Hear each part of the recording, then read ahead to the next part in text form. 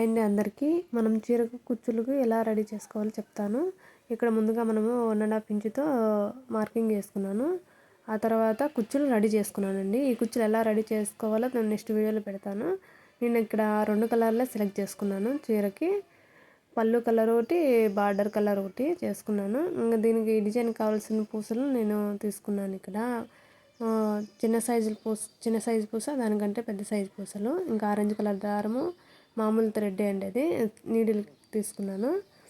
ఇక్కడ పూస ఎట్లా కుట్టాలో కుచ్చు చెప్తాను చూడండి. పెద్ద సైజు పూస ఒకటి, ఆ తర్వాత 3 పూసలు మీడియం సైజువి తీసుకున్నాను. మళ్ళీ దాంట్లోనే చీర కుచ్చు కూడా దానికే పెట్టేశాను. ఒకేసారి మొత్తం అక్కడ 3 ఇక్కడ 3 పెద్ద సైజు పూసలు. ఇంకా మనం దారం తీసుకొని కింద నుంచి ఒకసారి పైనుంచి ఒకసారి తీసుకొని కిందకి 3 వేసేసుకోవాలి. ఇది క్లియర్గా ఎక్స్ప్లెయిన్ చేయడానికి టైం సరిపోవడం లేదండి, అంతే అండి. చీర మొత్తం ఇలాగే వేసుకోవాలి. ఇంకా మీరు చూడరు, షార్ట్స్ ఎక్కువ చూస్తారు, అందుకని ఇలా చేయాల్సి వస్తుంది. ఫైనల్గా చూడండి లుక్ ఎలా ఉందో.